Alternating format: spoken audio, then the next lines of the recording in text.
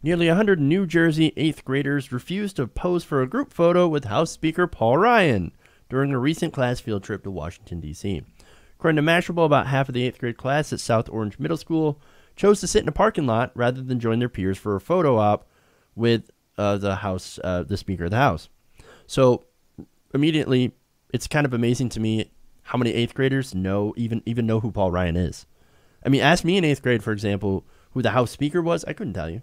I wasn't connected. Right. But that shows you the power of the internet. So why did the students sit this out? He said one of them, 8th grader Wendy Weeks, told local New Jersey newspaper The Village Green, "I think that taking the picture represents that you agree with the same political views, and I don't agree with his political views, so I chose not to be in it." Student Matthew Malaspina, who described Ryan as a man who puts his party before his country, says, "I can't take a picture with someone who supports a budget that would destroy public education and would leave 23 million people without health care."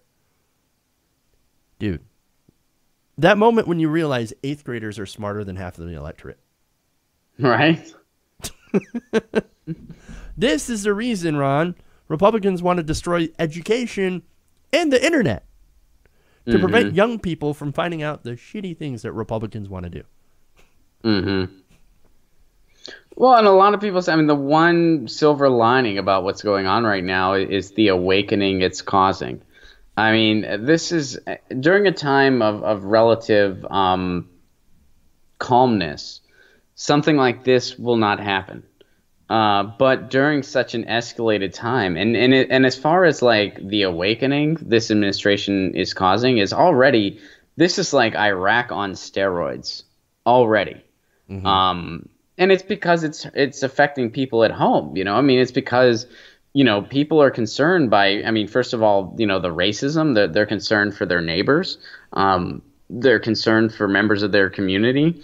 And, the healthcare thing, people are concerned about losing their healthcare.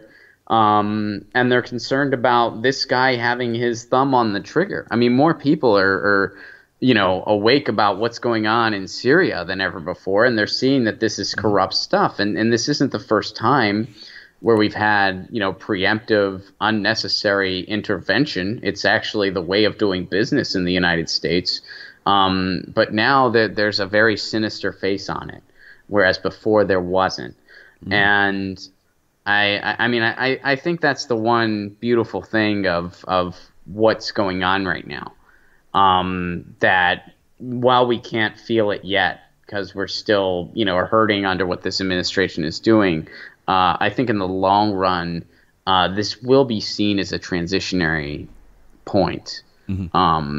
Hopefully for the best. It could be for the worst. I mean, this could set a new standard that we'll never recover from. But I'd like to think, and issues like this is a reason for optimism. When you see 8th graders being this politically engaged, that's a reason for optimism. That this is going to take us on a turn for the better, where we're really going to, start a new chapter in this democratic experiment. Because, the past 30 years, we've been going down a wrong path.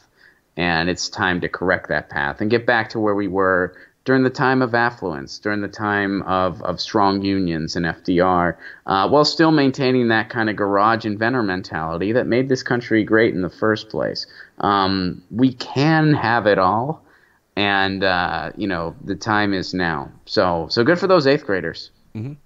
So one more thing, I know you gotta go here real quick, but I wanted to ask, since there are reactions to this story, and I read a few of them.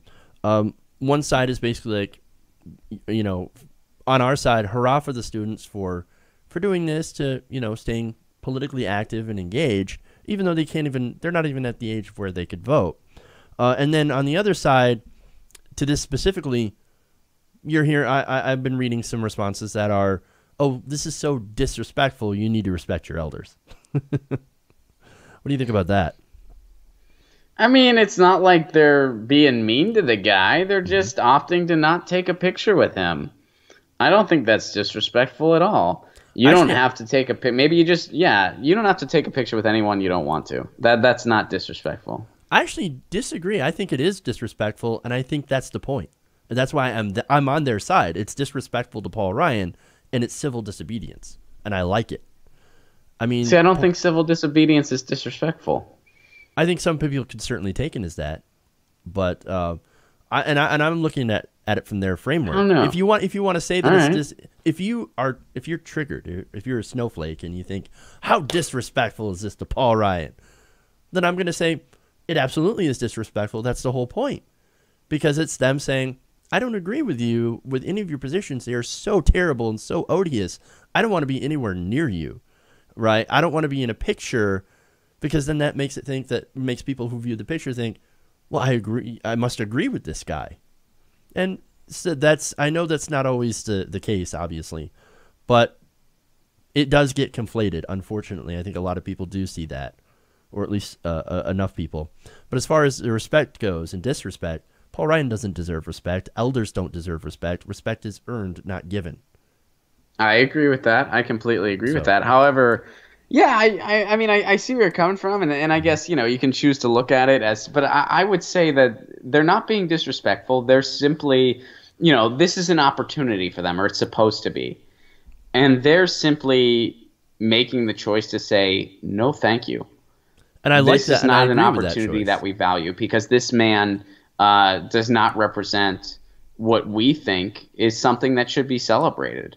I don't think that's disrespectful. Civil disobedient, maybe, but I don't think it's disrespectful, and I think they have every right to do what they did, and I hope that whoever those teachers are applaud them. I think it would be disrespectful for them to be shamed for it. But that would be disrespectful to them. Right, I don't think it's disrespectful for them to say, no, we don't want a picture with this man. But you're coming from a framing as the fact that being disrespectful is a bad thing. I don't agree that it's a bad thing. I think there are people that don't deserve respect. I think there are people that you should be disrespectful to. So I think I don't disagree with that either. Yeah. I don't know. I mean, I guess it depends on how you define your point of view, your framing. Respect. Yeah. I mean, it just depends on what you consider respect. I mean, if you're saying like, well, it would be the respectful thing to do would just be to respect the position and take the picture. If that's your definition of respect, well then, yeah, they're being disrespectful. Mm-hmm. But, my definition of disrespect would be, being rude or not recognizing the other as a human. I mean, if somebody just went up, if one of those students went up to Paul Ryan and spit in his face, that's disrespectful. You don't have to do that. I think that's wrong. But if one of them saying, you know what, I'm not about what you're about. I don't respect your policies. I don't think you are a genuine elected official. I think you're very compromised. I do not want my picture with you. No, thank you. I don't think that in and of itself is necessarily disrespectful. But yeah, I mean, again, it just depends on how you look at it. Yeah, it depends on how you're looking at the concept of respect. But as far as, I guess from my framework, I don't believe Paul Ryan deserves respect, because he may not be physically spitting on students, but he's, through his policies, cutting education and cutting things that help working families. That's much more disrespectful, I think, to the students and to society at large than a group of students that have decided to use their First Amendment rights to basically protest and protest in a nice manner the appearance of Paul Ryan. And not all of them have. One of them did say that this student, Alex Clint, said, I thought it would be interesting to see one of the nation's lawmakers in person, even if I strongly disagree with many of his views. So he decided to And that's okay, too. Yeah, absolutely. I mean, that's okay, too. And good for all those kids. And hey, maybe some of those kids, they agree with him. Maybe some of those kids think he's, doing a good thing. And that's their right to that opinion as well. Yep. Chances are they will not keep that opinion as they get older. But, it's possible. But, whatever. That's fine, too. Yeah, and I actually agree with you that I don't think he is deserve. I do think respect is something that you earn, and I don't think he is deserving of it. I do agree with that. That's why if this story was a bunch of kids walked by and politely gave Paul Ryan the middle finger, I would say yes, that is disrespectful. But I would also say, yeah, he deserved it. Right. The line for me is, you don't make it physical. Like I wouldn't, and if someone spit in his face or something like that, I would say, you don't do that. That's, that's not helpful, that's not productive, that's wrong. The guy is a human being. I can't say, me personally, I'd like to think that I would just say, I'm not going to take the picture. No, thank you. And leave it at that.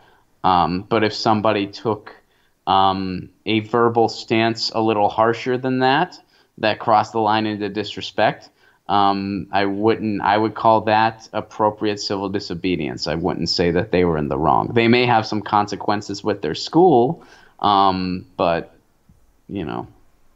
Yeah. as a parent, if I was their parent, I'd probably be proud. Hey everybody, thanks for watching this video. If you want to see more like this, please hit the subscribe button below.